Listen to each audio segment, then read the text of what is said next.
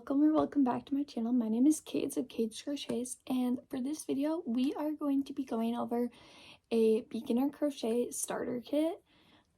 So basically in this video I'm going to talk about different aspects of crochet and like what you need for that, like the basic stuff you need, what you need for like if you go on with it, what you need for markets, like different things like that.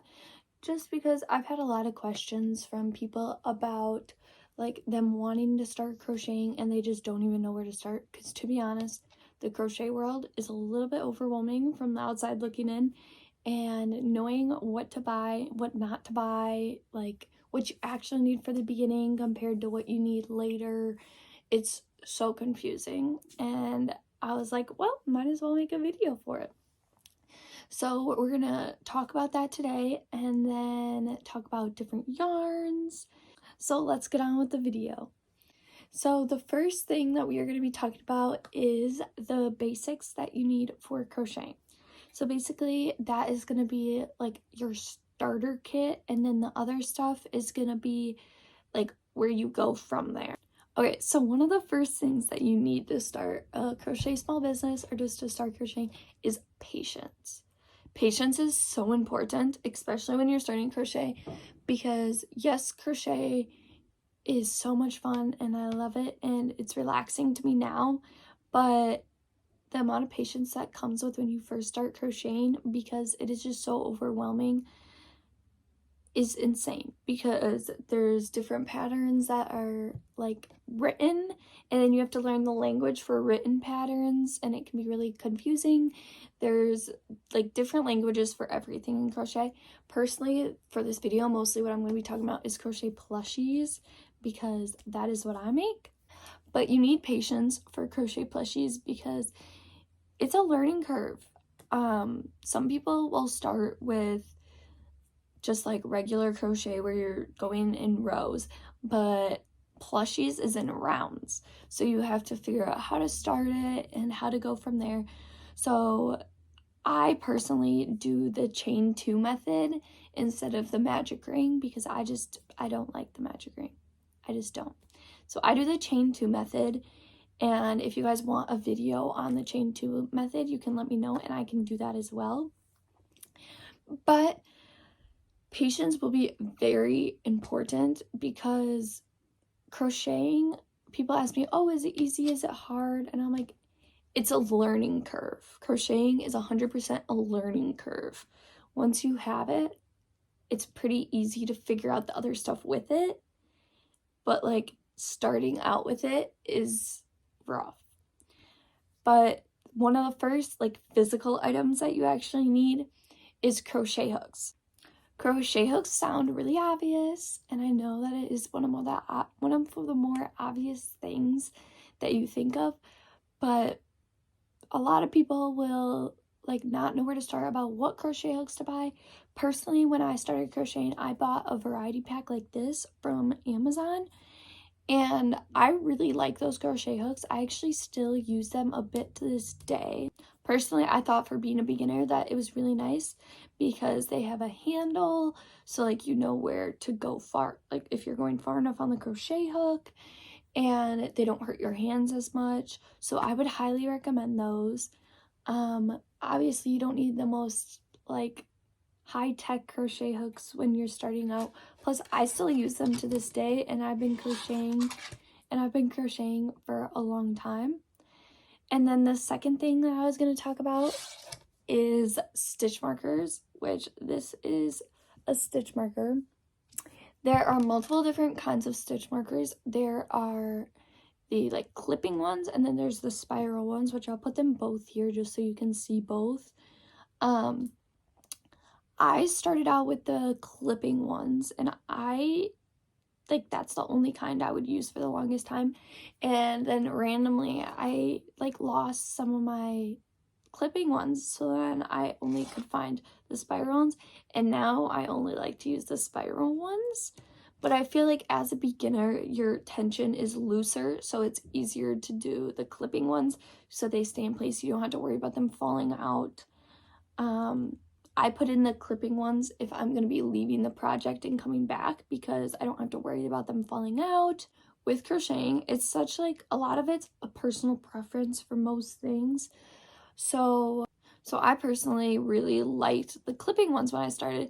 And the thing is that you'll change what you like, because now I stick with the spiral ones. I'll still use the clipping ones, but I feel like the spiral ones are just easier because I don't have to worry about clipping, unclipping, clipping, unclipping. And my tension now is pretty consistent, so I don't have to worry about them falling out. And I've figured out like what crochet hooks work with what, so that's definitely helps that out. The next thing on my list is sewing needles, which are these. You would literally use the sewing needles for every crochet project that you do, and that goes for the same with the stitch markers. Also, I have a list over here, so if I keep looking over there, that's why. But the sewing needles you will literally use consistently because you have to sew up your projects. So working it around you, like, so for this, you go, and then when you get to the top, you have to sew it shut. And then you have to put polyfill as you go. And polyfill is the stuffing, which is another object that you need when doing crochet plushies, because that's what goes in the middle of your plushies. And without it, it would just be like a flat one, which is actually a crochet plushie that you can make. So it's called a snuggler. And the next thing that you need is yarn. Obviously, you don't need this much yarn. I have a problem with buying yarn. I personally would not recommend starting with a blanket yarn, because this is a blanket yarn. They're thicker and they're a little bit more, not rough, they're a little bit more dense. They're a little bit more dense than like a Chanel yarn. So I would recommend either using acrylic. Well, definitely start with acrylic, okay? And I would recommend making like a coaster with acrylic, just like a basic coaster. So doing like, starting with your chain, however many, then going into single stitches or double stitches or whatever you want to practice. I would recommend starting with single crochets, because that's what you use the most for crocheted plushies. So if you're planning on doing crochet plushies, I would highly recommend doing single crochets and just practicing single. But so I'd recommend starting with acrylic and just learning stitches. When you're ready for starting a plushie, or when you feel like you're ready to start a plushie, I would recommend a Chanel yarn. So I personally started with Parfait Chunky for my Chanel yarn, and I feel like that was a really good place to start because it's smaller. But if you do that, you have to... Parfait Chunky is kind of weird because you can't buy it in person at all, and that's kind of hard. But it's definitely a good one to start with. But I'd also recommend just getting like Chanel yarn from Amazon if you don't want to go the route of getting Parfait Chunky, because sometimes it is a little bit of a pain to get Parfait Chunky because of like shipping and stuff. So I'd also recommend just like starting with Amazon Chanel. I've gotten a lot of good Amazon Chanel, but they're just smaller like Parfait Chunky, so they usually work with Parfait Chunky as well. The next step that I would take from like the Parfait Chunky or the Amazon yarn is Sweet Snuggles Light, which I guess it's not right there, it's down here. Sweet Snuggles Light, and that's like a good in-between yarn, which it also goes with Chanel Ho Slim, and that also is found at Michael's, so you can actually go in person and find it, which don't get me started with Michael's right now. But I'm hoping that they start bringing back the Sweet Snuggles Light and Chanel Ho Slim, because right now you can't find it. But that would definitely be my next step that I would recommend. And then after that, then you can do blanket yarn or anything like that. And then also like Sweet Snuggles / Chanel Home Slim, which is just the bigger yarn. After that, one thing that you need to get, where'd it go? One thing you need to get is safety eyes. Sorry, I'm moving out, so I have my room all messed up. I bought a starter kit like this in the beginning because it has a bunch of different eye sizes.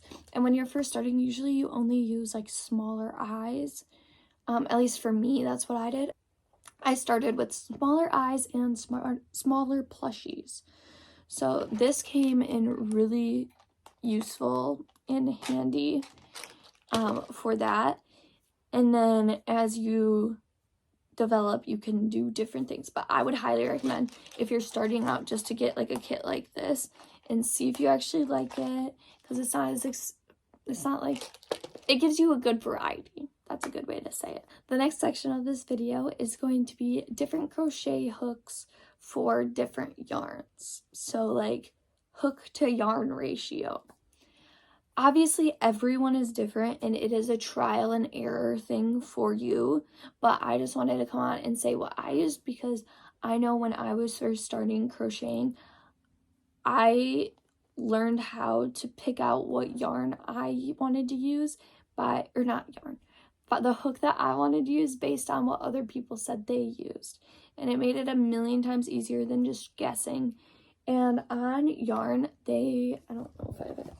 Okay, I don't have a yarn label right here. But on yarn, they tell you what hook you should use with that yarn. And it is almost always not the hook that you want to use for plushies, because it'll make it too big, too holey, all that type of stuff. So for acrylic yarn, it just kind of depends on what I'm making. So I don't want to give like an exact hook size, because like I don't really use acrylic very often anymore. So like when I do is on stuff that usually the hook size is bigger than what I would use for a plushie, because usually I'll only use acrylic for blankets now, and I rarely ever do that even. So I'm not going to give a size for that, just because I'm not qualified to tell you.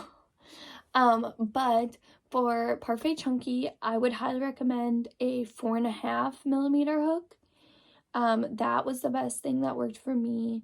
I know some people use 5s, but for me 5s were too holey, so I really stayed in the 4.5 area, and that seemed to work really good for me. And then for Sweet Snuggles Light, I use a 6. And then for Bernat Blanket, which is up here, I use a 7. And then for Sweet Snuggles, I use an 8. It's all trial and error, and every person is different. So if you use a different crochet hook than I do, that is perfectly fine. Like, you do you. It's whatever works for you and works best for you. But I just wanted to come on and say what I use, so then for beginners, it can give you a starting point. Because that was one thing that I struggled with, was trying to find a starting point, because a lot of people don't tell you what they're using, and then you just feel lost, and it's hard to keep up. The next section is what I would suggest for you as you go on. So like what I would suggest that you buy or get or whatever as you keep going forward with crochet stuff. So one thing that I really love is my yarn winder. I started with a manual yarn winder, but I would highly recommend an electric yarn winder. And I actually won this one in a giveaway. But I would highly recommend, and I would recommend this brand because I really like it, and I've tried another brand and I did not like it. I'm not gonna throw shade at them, but it was like broken when I got it, and so it just didn't work good. But the next thing on my list that I would tell you to do is buying safety eyes like in bulk. So what I mean by that is like buying, so like these are 12mm safety eyes, right? So I just buy 12mm safety eyes at a time, and then I'll buy my 14mm safety eyes at a time, and then I'll buy my 16mm safety eyes at a time. So it really helps. So then instead of getting these where you get a bunch of them and then you never use them, like these, I will never probably use these again. because I just don't need those sizes, but it's good for starting, so then you get to know what sizes you do need. And the lowest I usually will go is 12 millimeter safety eyes, because or else there's like issues with them falling out and stuff. So I love just buying them just the size. You get more of that size. You're able to not get an overstock of the other stuff when you need one size. It makes it like 10 times easier just to get them all done and all picked out. And so you don't have to worry about it. You don't have to worry about organizing. You don't have to worry about it. Just makes it 20 times easier. The next thing that I would recommend you getting is glitter safety eyes. I love glitter safety eyes, and I didn't get into them until recently. Whew, I sound crazy today. I don't know why I sound like this. But I just started making glitter safety eyes. And here's my packaging. Really cute little packaging. It tells you what they are, what size they are, and I love it. So if you want to check that out, they should be on my Etsy now. And I think they just look so cute. Like, as you can see, this one has glitter safety eyes, this one has glitter safety eyes, that one has glitter safety eyes. I just recently started getting into it, especially with my bigger plushies. I just think it gives them an extra, like, level of cuteness. And it just, like, I'm obsessed. I can't. They're so cute. And they're definitely not a requirement. I would not tell anyone, like, oh, you have to get these. Like, no. But they just level up the plushie and make them look extra cute, extra lifelike, and I love how they look. So I would definitely recommend those. The next thing is a label printer. If you are planning on doing Etsy, you need a label printer, like 100%, because it makes everything 10 times easier.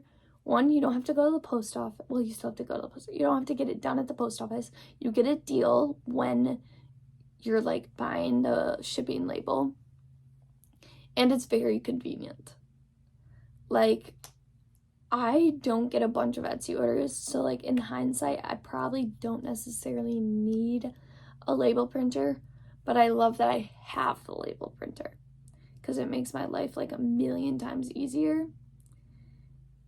And I just like, I love it. Another thing that I also have is a sticker maker or sticker printer. I got it for free, so that's why. But you can also make stickers on your label printer, but whatever. And then recently, because I lost my sticker maker, I've been just using a picture printer. So this is just the Kodak printer, and I've been using it for the stickers that I put on the back of my safety eyes. And it's actually working like really good, because they already have the stickiness on the back once you peel this off. So I just have to cut it, and these ones you're able to cut, so it works perfectly. And I think I like it so far. I mean, obviously I'd like to just have my sticker printer so I don't have to put in the extra effort, but I cannot find it anywhere, and I don't want to buy another one. So that's what we're doing for right now. The next thing that you need when you have a crochet business, and this one kind of goes with your basic needs as well, but I just put it here because you don't need it till later on technically, because you don't have as much yarn, but yarn storage. If I did not have yarn storage, this would be all over my room, because as of right now, I am in my room, and like my crochet corner is like one section of my room, and then the rest of my room is like my room. And then I also have yarn storage in other parts of my room because I have so much yarn. But I'm moving out, so I am going to have my own crochet room, and I'm so excited, and I'm so blessed, and I'm so grateful that I'm able to go out and do that. And so you guys are gonna get crochet room content of me building my crochet room, and I'm so excited, and I feel so grateful. And I thank my boyfriend, because if it wasn't for him, I would not be able to have my own crochet room, and I would not be able to be moving out at this point in my life. And I'm just so grateful for him, and I love him so much, and I'm so excited to be moving out with him.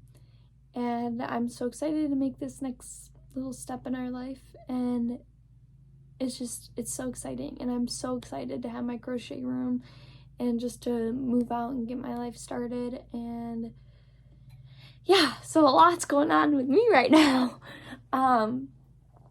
But the next thing that I have on this list is storage room for plushies. I have a lot of plushies. It doesn't look like it right now because I'm starting my moving process, so I didn't put them back up. But I have multiple totes of plushies, and I just bought totes from like Walmart or whatever, and I just store my plushies in the totes when I can't put them behind me or when I'm taking them to markets, and it makes it a million times easier. With that being said, the next section is what you need for markets.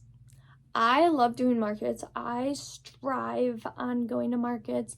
I've had some markets that haven't gone good, so like that's really hard sometimes, but I really love doing markets. I love meeting new people. I love hearing people excited to buy my plushies. I've gotten to see so many kids just like it make their world when they buy the plushies, and it just makes me feel so good, and I just absolutely love it. So one thing that you need when you do a market is tables. Tables are your best friend. I would highly recommend, so basically getting folding tables, but the ones that fold extra in half, like this picture right here, because they are life-changing and they're so much easier to carry in and out of a market, which obviously is not a necessity to do that. If you have other folding tables and you're just starting, you can use those, but I would highly recommend getting the extra folding tables because they make markets so much easier, and I did not get them until like recently, and they have made such a difference in my prepping for market, not prepping, my getting ready for markets. It just makes it so easier, so easy to store. Like, yeah, highly recommend those.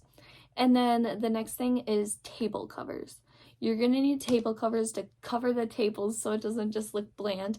I personally got these ones, and they like cinch to the table, so then it makes it look a little bit more clean looking, and you don't have to worry about wind if you're doing an outdoor market and all that type of stuff. The one thing that I don't like about the cinching ones is that they rip a bit by the feet sometimes. I've tried, this is my second time buying them. I've tried different places, different ones to get, and I've just had this issue, but I mean, it's whatever. Obviously, you use them enough that they're gonna rip. So I've never had like a bad rip where I can't use them, like I could still use them, but just like by the feet, it can rip up because they're just rough. The next thing that I would recommend having, or that you need, I guess it's not even a recommendation, you need like a cash box or a cash bag. So when I first started, I just used my belt bag, so it was just on me, and I just kept my cash in there and I kept it organized and stuff. But now I have a cash box, which I also really like. I think for different markets, different ones could be used, but I'm really liking the cash box. That way, if I walk away from the table, I don't have to worry about leaving my wallet with them, or like whoever's at the table or whatever, because I usually go with someone, like my mom or my boyfriend usually, which I'm very grateful that they're able to come with me to the different markets. The next thing that I would recommend for markets is different options that people can pay with. So personally, I take Square payment, so that will be like cards, and then I take cash, obviously, and then I also take Venmo. So those are my 3 payment options that I personally have. I know some people take Zelle, some people take PayPal. I don't personally do that, but I try to have all 3 payment options because some people only pay with cash, some people only pay with cards, some people just like Venmo. And I found those to be the best options to have because I've never had an issue where someone couldn't pay for something with having those 3 methods. Like, I feel like they're a pretty good baseline.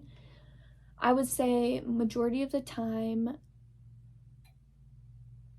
I don't use my Square too much, which I personally like because they take money from me if I do use Square.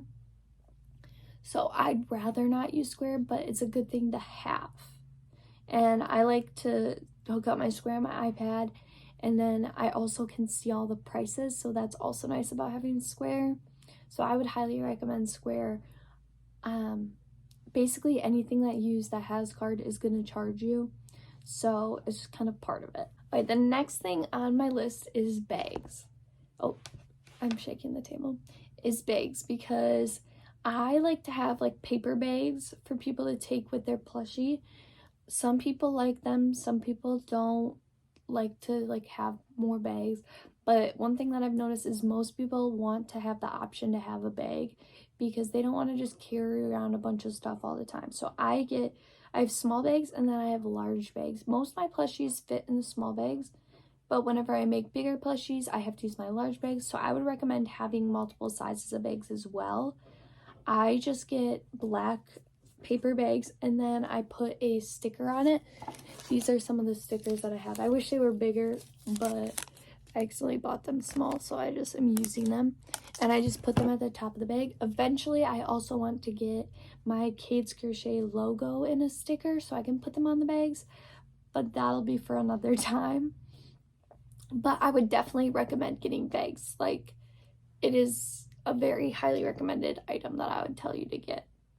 The next thing is display materials. So you do not have to have a bunch of display materials, especially when you're starting out. So like the bins that you see everyone use, that can be a display material. You can use baskets, you can use mini high chairs. That's what I do. There are so many different options of what you can use. You can literally use stuff from around the house. Like if you look around your house, you can probably find stuff to use for a display. I personally, if I'm looking for different display items, I go to like Goodwill, St. Vinny's, like stuff like that where you can just get secondhand stuff. And that is where I've found my favorite display items. Flea markets, anything like that, I would highly recommend checking out for display materials. I've gotten like a mini wagon, I've got a mini rocking chair, I've got a mini high chair, I've gotten baskets, like all that type of stuff. Here's like a picture of one of my displays, just for like ideas. I've used 2 6-foot and a 4-foot displays. I've used 1 6-foot and a 4-foot. I've just used for tables. I've used 2 6-foots, I've used 2 4-foots, I've used 1 6 and 2 4s. So it just completely depends on your space size and what you want.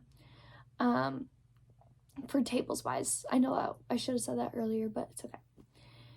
The next thing that you need is signage. I cannot stress enough how important signage is. If you take anything from this list, I would say that signage is up there on the top of what you need. Obviously tables you need, but like it's up there on the list, because if you don't have signs, people aren't gonna come to your booth. People aren't gonna want to buy stuff. I've done trial and error of tagging items versus signs. People love the signs. People don't want to go up to your products and touch each one, touch the tag, figure out how much it is, because they feel awkward if they think it's too much and they've already gone up there and done it and already touched it. So a lot of people won't even check how much it is because they don't want to have to go check it. So I would recommend signs. I use these little chalk tents, and then I just use chalkboard markers. And that's what I found is to be the easiest, because if I'm at a market, I'm like, oh no, I need to make another sign. So I think I have like 24 of them now. I started with just 12 of them, but now I think I have 24 of them. And then I also have little signages that are in these clear little plastic or acrylic things. And those, I like to make one that has my social media. I like to have one that has payment methods. And I also like to have one, and both of those have QR code, or no, the payment methods doesn't. Oh, and then I have my Venmo one with the QR code, and then my social media one with the QR code. And then I also have one that's a disclaimer. Make sure that you have a disclaimer on your table when you're selling plushies that you should not be, or like, what does mine say? Something about the safety eyes are not recommended for kids under the age of 3, just so then people can't come back on you because it's visible at your booth. So like, let's say that their kid swallowed a safety eye, which I've never had happen, but it's just in case. This is the thing to keep you from like the opportunity from getting sued. Make sure you have something that says like disclaimer, not recommended for people under the age of 3. That way it is there. You don't have to worry about that. I've had people ask me questions and I'm just very honest about, okay, the safety eye is this, the safety eye is that. And I've never had someone tell me that they've taken the safety eye or been able to take the safety eyes out of a plushie unless their dogs got into it. And that's obvious because like sharp teeth, they just rip up the plushie. That is all for this video. Thank you so much for watching and I hope this helps. If you have any more questions, please feel free to comment them down below and I will do my best to answer every single one if there are any. And then also, if you are a crocheter, you can also put some of your suggestions down below that I maybe didn't cover in this video, or just stuff that you've also found out, or different things that I didn't touch on. But thank you guys so much for watching this video. It means so much to me. And I hope you guys enjoyed this video. It's a little bit different, a little bit of a sit down video, just me talking to you guys. And thank you so much for watching. And if you'd like to, please like and subscribe. And that way you'll see more of my content so you can follow along with me in my life and my moving out journey and my crochet room journey. And there's so much more coming that there's one more thing coming that I can't even talk about yet. So I hope you guys subscribe so you can see where life is taking me right now. And thank you so much for watching and I will see you guys in the next video. Bye.